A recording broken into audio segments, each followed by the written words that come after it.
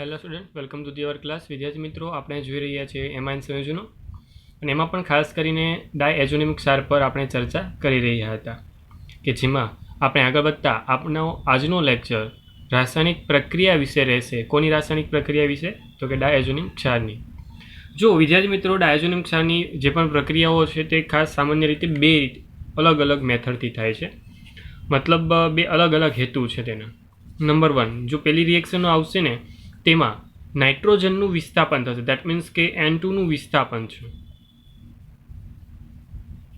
અને જે બીજી રિએક્શન છે, અને બીજી રિએક્શન સામાન્ય રીતે આ N2 જે છે તે દૂર ન કરીને, એટલે કે જે આપણે કહેવાય ડાયએઝોનિયમ સમૂહ, તે ડાયએઝોનિયમ સમૂહને સાચવીને અથવા તેમ બોલી શકું કે સચવાય તેવી રિએક્શન. ઓકે, સચવાયેલો રહે તેવી રિએક્શન. એટલે આ બે અલગ અલગ મેથડથી આપણે રાસાયણિક પ્રક્રિયાને સમજવાની છે અને ખૂબ જ સરળતાથી આપણે તેને ફોલો પણ કરવાની છે. ચલો શરૂઆત કરીએ. નંબર 1, પેલી પ્રક્રિયાઓ કે જેમાં N2નું વિસ્થાપન થાય. હવે N2નું વિસ્થાપન જે છે ને તે અલગ અલગ બહુ બધી મેથડથી પોસિબલ હોઈ શકે છે અને એ બધી જ પોસિબલ આપણે ચર્ચામાં લઈ શકીએ છીએ. જો અલગ અલગ એક્ઝામ્પલોના ભાગ સ્વરૂપે તમને હું સમજાવું કે તમારી પાસે ડાયઝોનિયમ સમૂહ હોય તો તે અન્ય સમૂહ જેવા કે ડાયઝોનિયમ સમૂહની અંદર જ Cl- જોડાઈ શકેલો હોય, કોઈ એવો છે કે જેમાં Br- જોડાયેલો છે, કોઈ એવો જેમાં I- છે, કોઈ Cn- હોય, કોઈ OH- ધરાવે છે. મતલબ આ જે નેગેટિવ આયન જે હોય તે અલગ અલગ સમૂહ છે. સ્વાભાવિક છે કે આપણે ડાયઝોનિયમ ક્ષારમાં આપણે ઓલરેડી ચકાસી ચૂક્યા છીએ કે જે પણ આ માઇનસ હોય તે અલગ અલગ હોઈ શકે છે. લાસ્ટ લેક્ચરમાં પણ અમુક એક્ઝામ્પલ આપ્યા હતા. આજે પણ અમુક એક્ઝામ્પલથી હું તમને સમજાવવાની વાત કરું છું કે જેની અંદર જે આ માઇનસ એટલે કે નેગેટિવ આયન જે છે તે અલગ અલગ હોઈ શકે છે અને તે અતિ સારા દૂર થનાર સમૂહ તરીકેની ભૂમિકામાં હોય. અતિ સારા દૂર થનાર મતલબ આ સરળતાથી દૂર થઈએ તેવા છે. ટૂંકમાં એવું સમજી શકાય. હવે જે એરોમેટિક વલયમાંથી નાઇટ્રોજનનું વિસ્થાપન કરે, ફરી એકવાર બોલું છું, જે એરોમેટિક સ્ટ્રક્ચરમાંથી નાઇટ્રોજનનું વિસ્થાપન કરે અને તેની ભૂમિકા એ નેગેટિવ આયનની રહેલી છે. મતલબ શું છે? મતલબ એવો જ છે કે તમારી પાસે જે પણ ક્રિયાશીલ સમૂહ છે એ કોઈને કોઈ રીતે આ નેગેટિવ આયનની ભૂમિકા સાથે સંકળાયેલો છે. કાંઈ વાંધો નહીં, આપણે અત્યારે ચર્ચા નથી કરવી નેગેટિવની, પરંતુ જેમ જેમ હું તમને રિએક્શન બતાવતો જાઉં ને તેમ એક આગવું મહત્વ હશે, એક સ્પેસિફિક ગુણધર્મ હશે કે એ ગુણધર્મ મુજબ એ રિએક્શન આગળ વધી શકે. શરૂઆત કરીએ. જુઓ, તમે ખાસ કાળજીપૂર્વક રાખજો. 1 by 1 જે પ્રોસેસ વિચારીએ છીએ તેમાં હું નંબર 1 લઉં છું અને તેની અંદર હેલાઇડ અથવા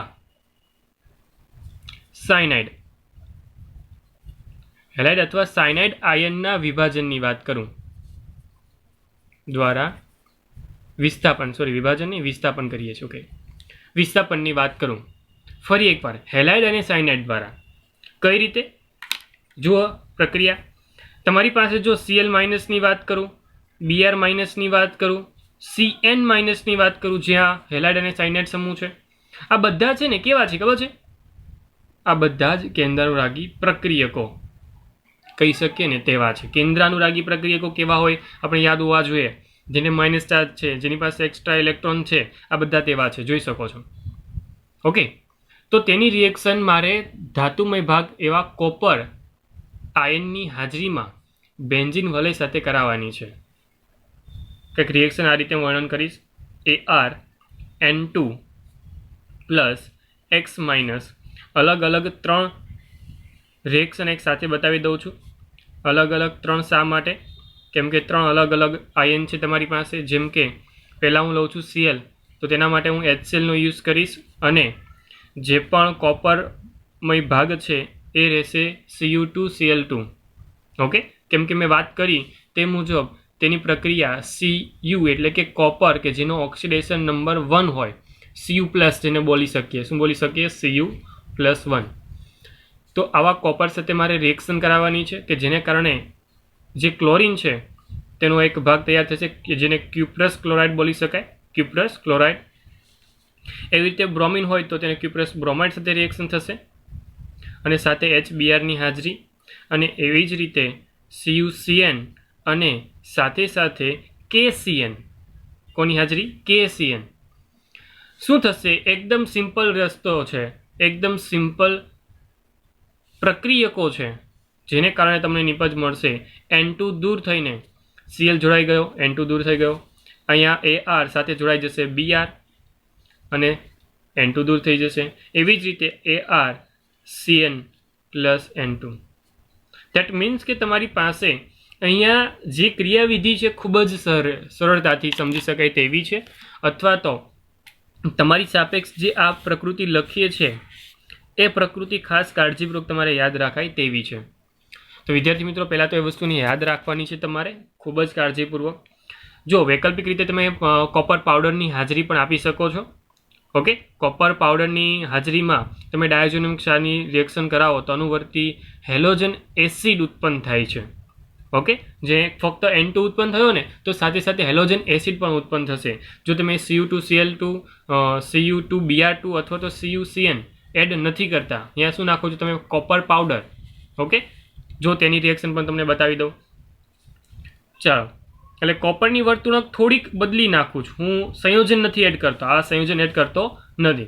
હું કોપરની સંયોજનની પ્રકૃતિ થોડીક ચેન્જ કરી દઉં છું અને ત્યારબાદ એટલે કે કોપરની હાજરીમાં, કોપર પાવડરની હાજરીમાં રિએક્શન બતાવું છું કે જેમાં આપણે કોપર પાવડરના સ્વરૂપમાં એમ જ નાખી દઈએ છીએ પ્રક્રિયામાં.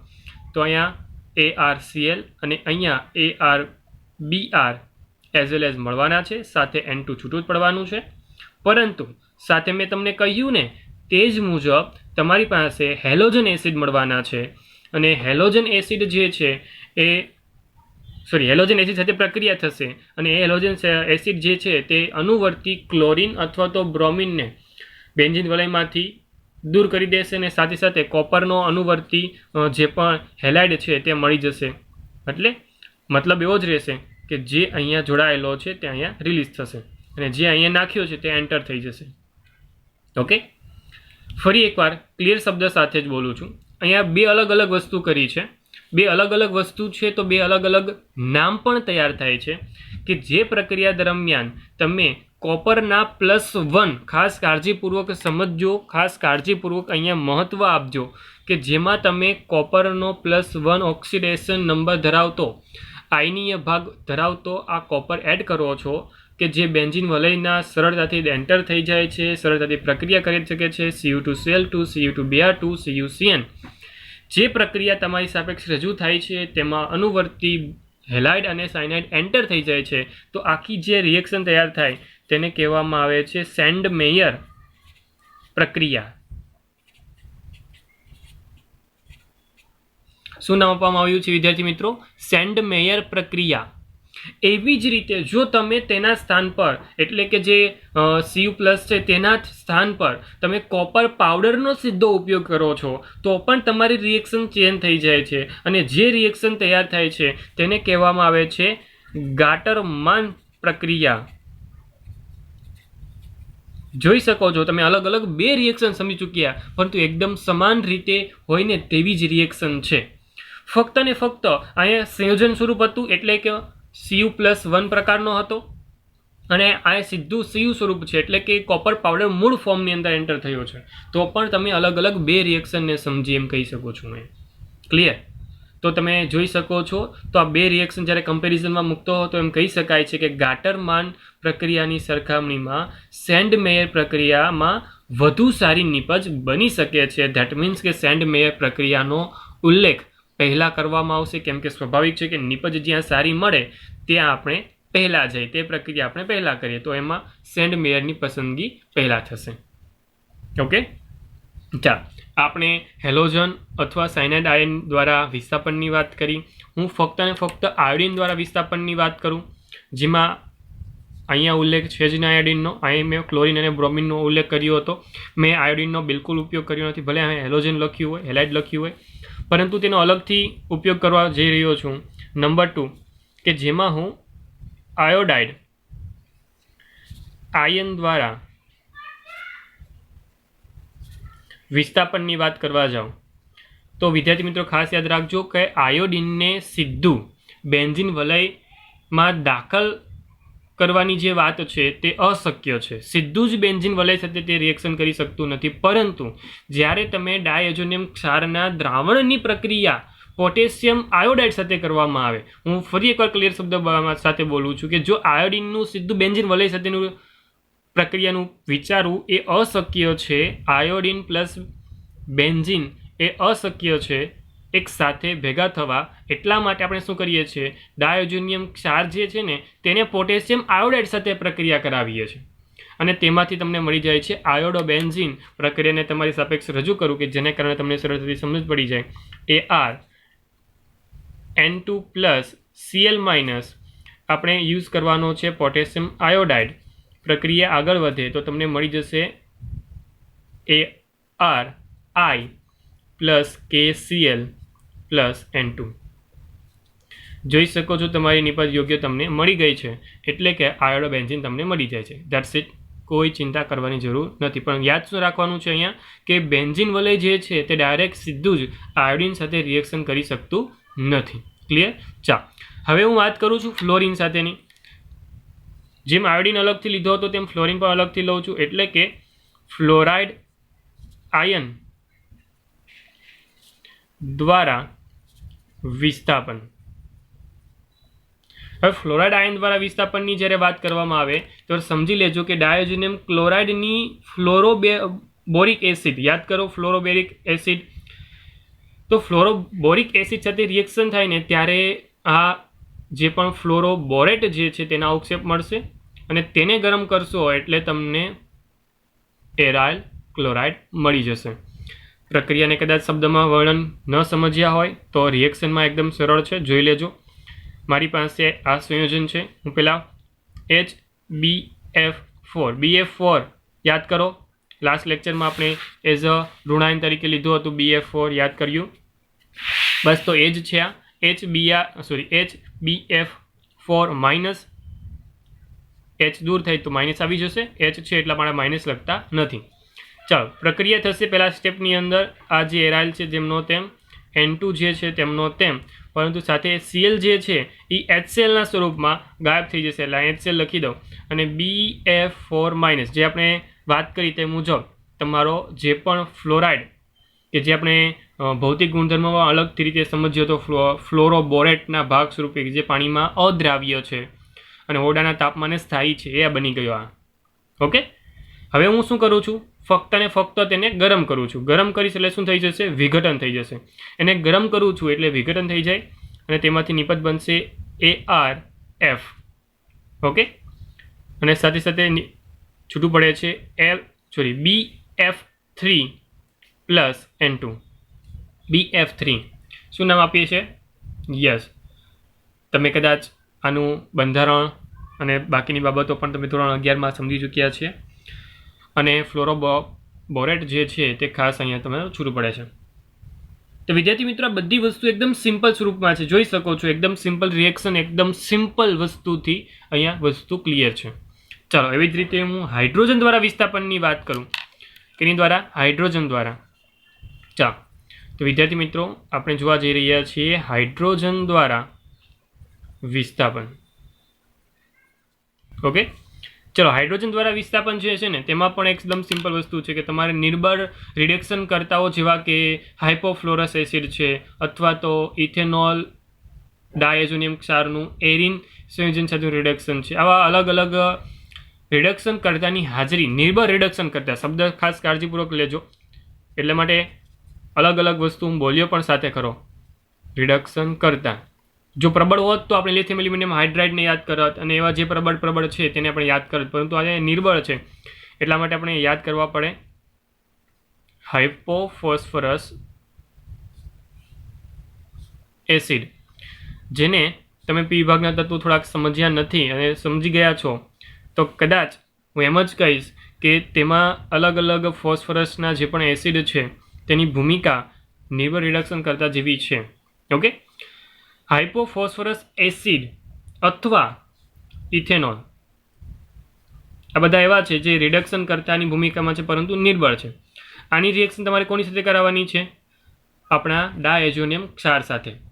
ઓકે, અને રિડક્શન થશે એટલે પોતે અનુક્રમે ફોસ્ફરિક એસિડ અથવા ઇથેનોલ હોય તો તે ઇથેનોલમાં ઓક્સિડેશન પામશે. સ્વાભાવિક છે ને કે જેનું રિડક્શન કર્તાની ભૂમિકા હોય તો તેનું ઓક્સિડેશન થશે અને સરળતાથી તમને એઝ અ નિપજ તરીકે તમને અલગ અલગ નિપજ મળી આવે. જેમ કે તમારી બંનેની રિએક્શન આપી દઉં તો N2 પ્લસ Cl માઇનસ રિએક્શનની અંદર H3PO2 પ્લસ H2O. યાદ રાખજો H3PO2 છે, અહીંયા PO3 કરી દીધું તો પણ નામ બદલી નાખશે આ.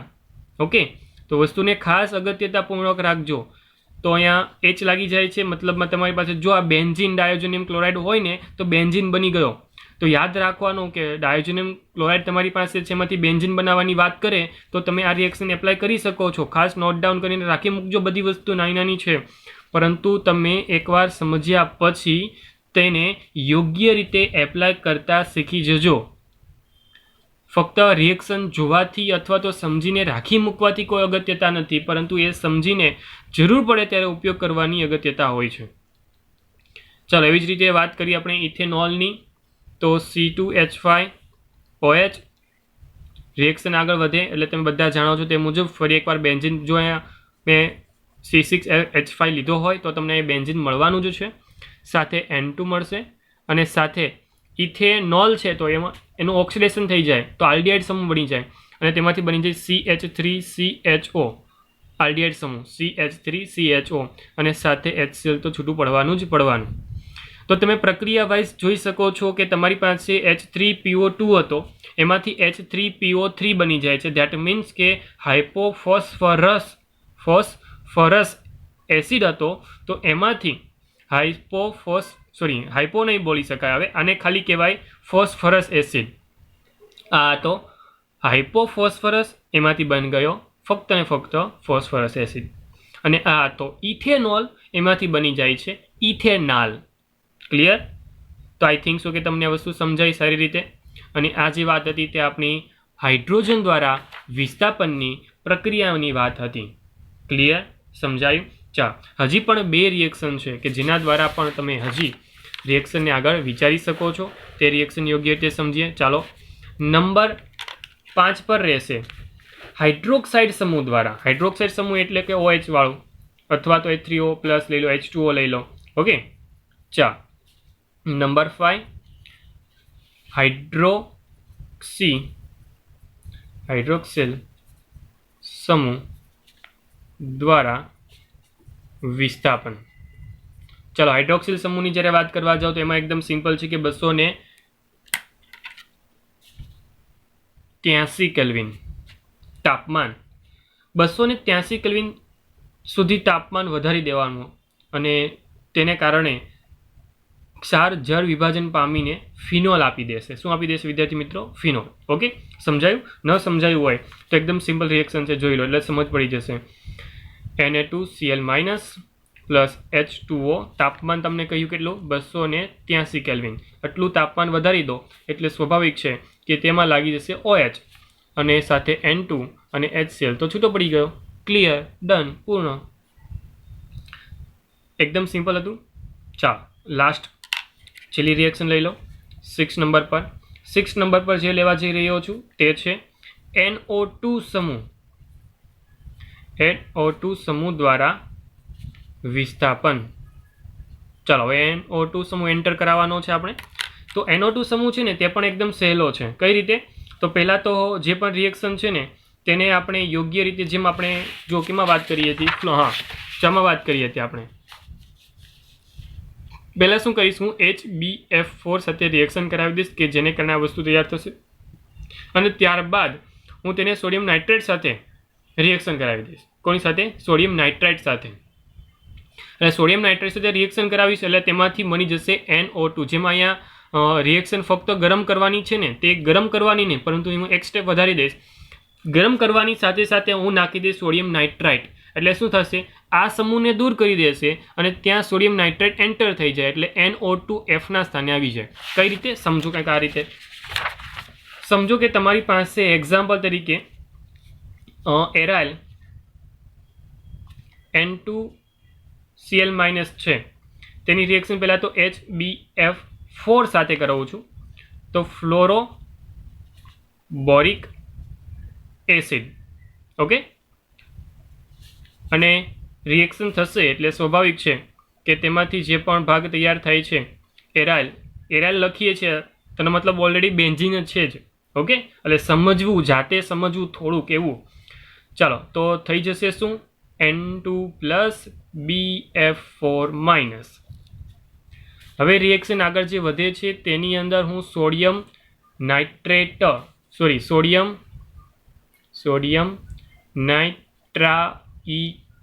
અહીંયા શબ્દનું ખૂબ જ અગત્યનું મહત્વ છે. એક શબ્દ નાનો પણ ચેન્જ થઈ જશે તો પણ તમારી એક પ્રક્રિયા બદલાતો હોય છે. એના જલીય દ્રાવણ સાથે હું ગરમ કરવાની વાત કરું, સાથે સાથે કોપરની હાજરી જરૂરી છે. ખાસ નોટ ડાઉન કરી લેજો, કોપરની હાજરી અહીંયા ખૂબ જ જરૂરી છે. તો અને તો જ રિએક્શન સરખી રીતે થશે, સરળતાથી થશે અને ઝડપથી થશે, કે જેને કારણે NO2 સમૂહ એન્ટર થઈ જાય છે, સાથે N2 દૂર થઈ જશે અને આ જગ્યા પર જે Na છે Na તે આ BF4 સાથે જોડાઈ જાય અને બની જાય NaBF4. ઓકે, શું બની જશે? NaBF4. Clear? I think so કે કોઈ કોમ્પ્લિકેશન છે જ નહીં આમાં, એટલું કોમ્પ્લિકેશન છે જ નહીં. ફક્ત આ એડ કરીએ છીએ. જો ફક્ત ગરમ કરીશું તો તમને અહીંયા F લાગેલો જોવા મળશે, પરંતુ મારે સોડિયમ નાઇટ્રેટ સાથે ગરમ કરવાની વાત છે કોપરની હાજરીમાં, તો બની જશે NO2. ધેટ્સ ઇટ, બીજું કાંઈ જ નવું નથી. ક્લિયર? ચાલો, તો વિદ્યાર્થી મિત્રો, આ હતી પ્રક્રિયા કે જેમાં આપણે યોગ્ય રીતે વાત કરી પ્રક્રિયાના વિસ્થાપન, કે જેમાં N2નું વિસ્થાપન થતું હોય. અલગ અલગ હેલોજનથી સ્ટાર્ટ કરીને અલગ અલગ N2O સમૂહ એટલે કે નાઇટ્રો સમૂહ સુધીની વાત કરી. ઓકે, ચાલો, હવે જે વાત કરવા જઈ રહ્યો છું તે નંબર 2 પરની, એટલે કે બીજી રિએક્શન કે જેની અંદર પ્રક્રિયાઓમાં કે જેમાં ડાઈ એજો સમૂહ સચવાયેલો રહે.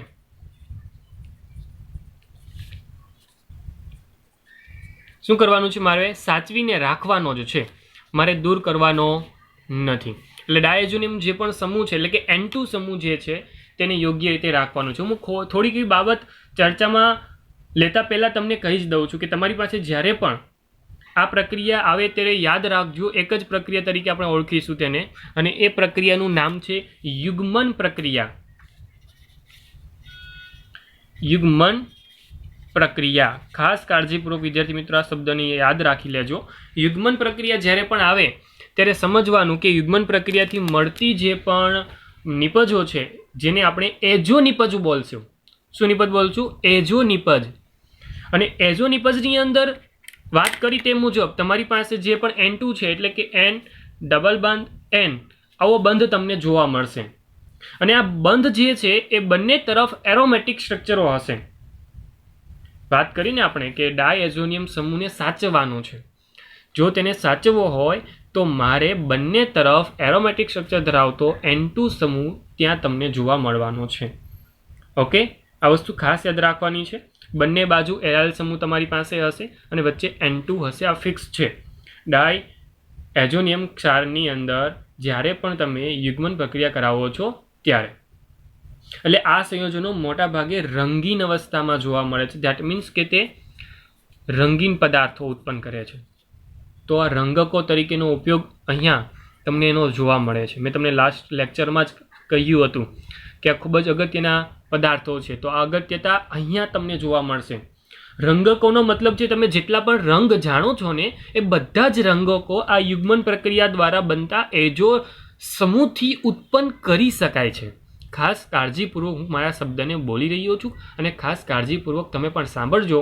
તમારી આસપાસના જેટલા કાપડના અથવા તો ખાદ્ય પદાર્થના જેટલા પણ રંગકો છે એ રંગકોની વાત હું અહીંયા કરી રહ્યો છું. તમારા કપડા પરનો કોઈ ચોક્કસ કલર છે તો એ કલર ક્યાંથી ઉત્પન્ન થયો છે? તો એ આ કલરનો પદાર્થ છે એ જે આપણે ભણી રહ્યા છીએ. ક્લિયર?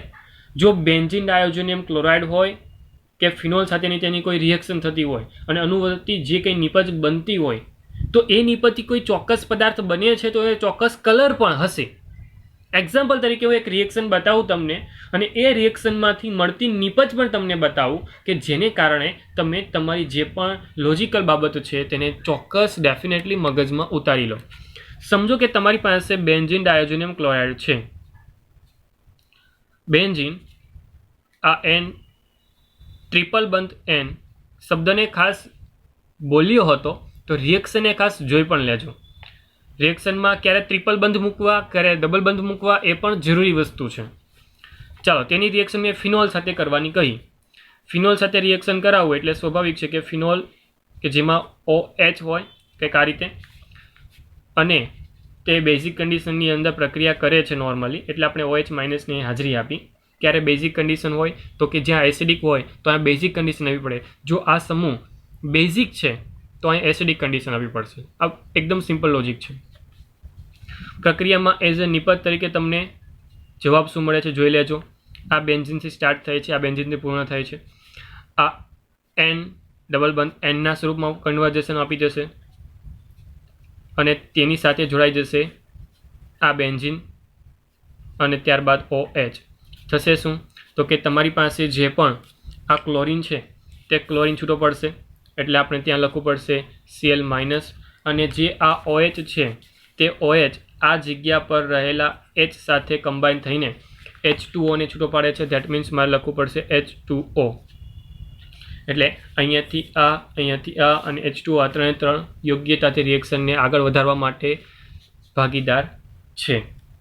પહેલાં તો આ સંયોજનનું નામ શું છે? આ સંયોજનનું નામ ખૂબ જ અગત્યનું રહેશે. કાળજીપૂર્વક સાંભળજો.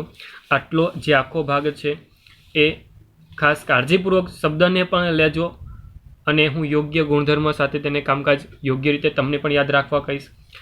પહેલાં તો આ જે સમૂહ છે આ બેન્ઝીન રિંગ છે તેના પેરા સ્થાનની અંદર આ ઓર્થો કહેવાય, આ મેટા કહેવાય. આ પેરા સ્થાનની અંદર આ OH સમૂહ છે અને OH સમૂહને મહત્ત્વ નથી આપતા આપણે એન ડબલ બંધ એનને આપીએ છીએ એટલે કે એજો સમૂહને જે મહત્ત્વ આપીએ છીએ એટલે સ્વાભાવિક છે કે આને ઓલ શબ્દથી નહીં આપણે તેને હાઇડ્રોક્સી શબ્દથી સાંકળવું પડે. આ પેરા સ્થાનમાં હોવાને કારણે મારે શબ્દ બનાવવો પડશે પેરા હાઇડ્રોક્સી.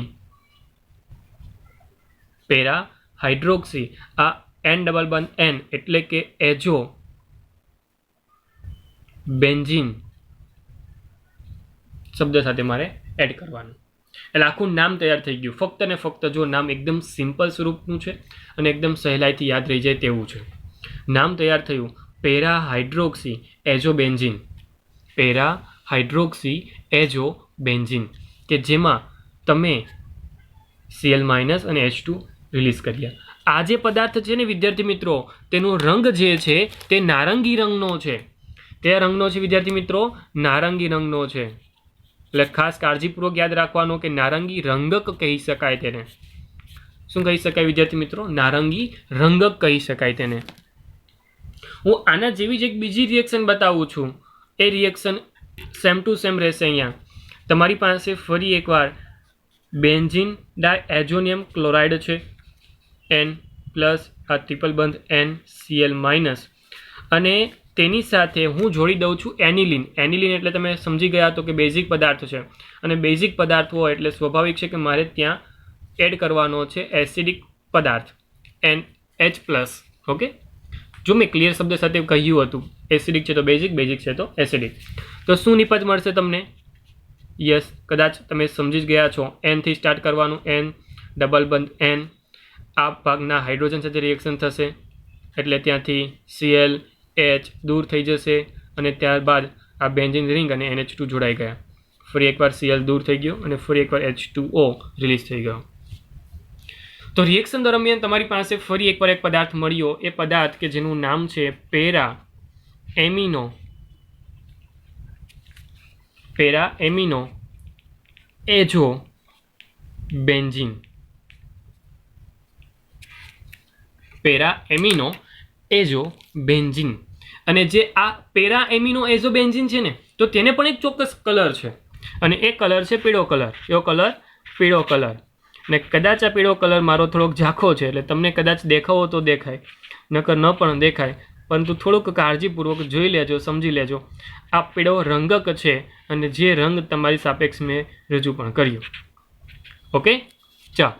તો તમે કાળજીપૂર્વક જોયા પછી, સમજ્યા પછી એટલી વસ્તુ તમે સમજી જ ગયા છો કે તમારી પાસે ફક્ત આ 2 એક્ઝામ્પલ મેં તમારી સાપેક્ષ રજૂ કર્યા. આ બેન્ઝીન રિંગવાળા બહુ જ બધા પદાર્થો છે, બહુ જ બધા પોસિબલ થઈ શકે તેવા એઝો રંગકો છે કે જે ફક્ત ને ફક્ત આ કમ્પાઉન્ડ બદલાઈને તો રંગ બદલી નાખે છે. તો સ્વાભાવિક છે, વિચારો કે અહીંયા હું OH મૂકી દઉં તો સ્વાભાવિક છે કે કલર અલગ છે. અહીંયા NH2 મૂક્યો છે તો કલર અલગ છે. હું અહીંયા આલ્ડીહાઇડ મૂકી દઉં તો CHO તો પણ કલર અલગ હશે. જો અહીંયા COOH મૂકી દઉં તો પણ કલર અલગ છે.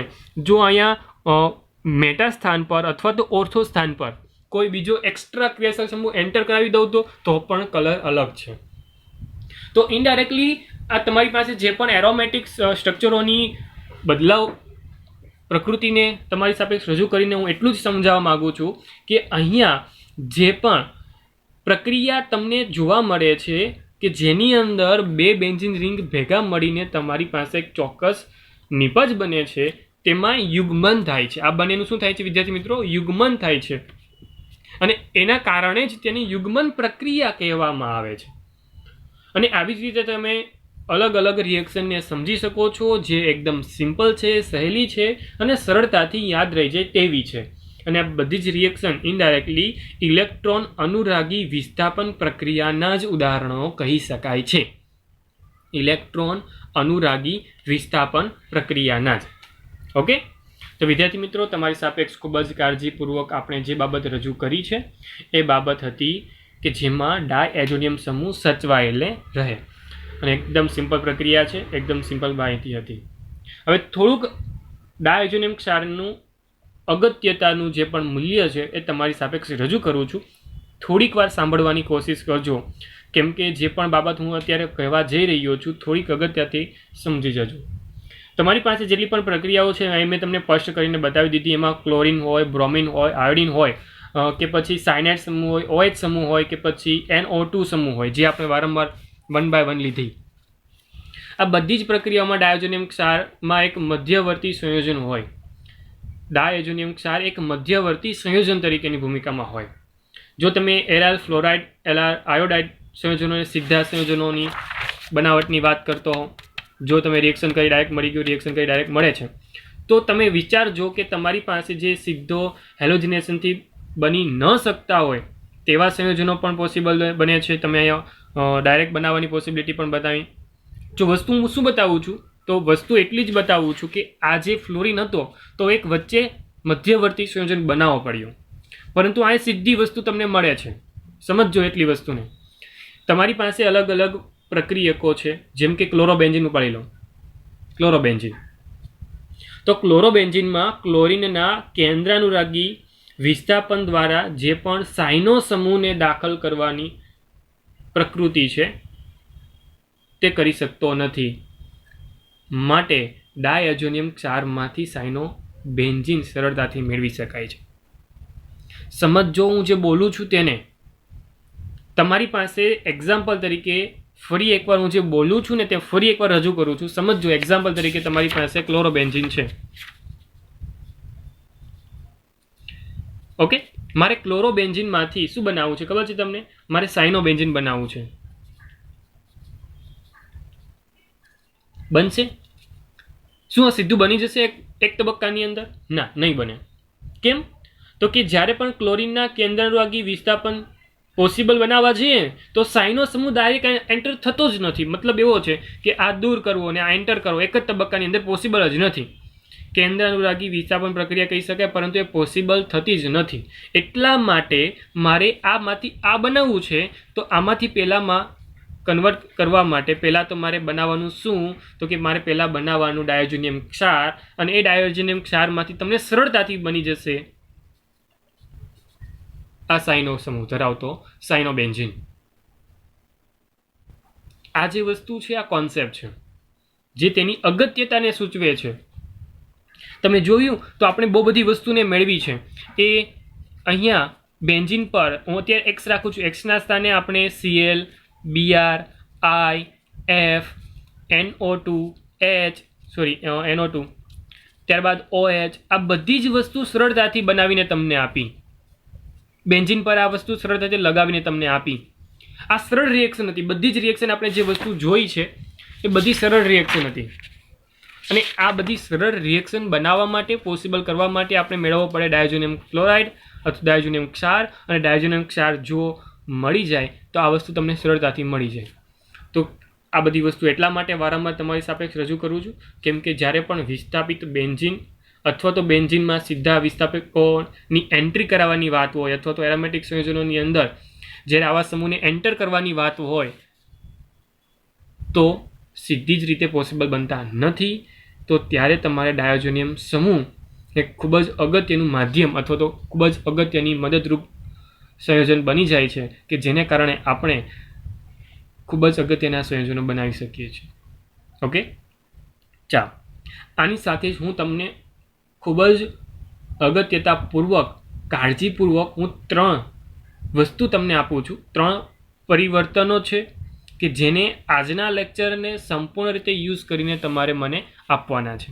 નંબર 1 પરિવર્તનો છે, ખાસ કાળજીપૂર્વક તમારે વિચારવા પડશે. પરિવર્તન છે નંબર 1 તમારી પાસે છે ફોર નાઇટ્રોટોલ્યુઇન. નાઇટ્રોટોલ્યુઇન અને તેમાંથી બનાવવાનું શું છે તો કે 2 બ્રોમો બેન્ઝોઇક એસિડ. ખૂબ જ કાળજીપૂર્વક તમારે વિચારવાનું છે. પહેલાં તો સંયોજન બનાવતા આવડતા હોવા જોઈએ. ત્યારબાદ 3 મિથાઇલ એનિલિન અને તેમાંથી તમારે બનાવવાનું છે 3 નાઇટ્રોટોલ્યુઇન. અને એવી જ રીતે નંબર 3 પર રહેશે એનિલિન અને તેમાંથી તમારે બનાવવાનું છે 1,3,5 ટ્રાય બ્રોમો બેન્ઝીન. વસ્તુ ખૂબ જ અગત્યની છે.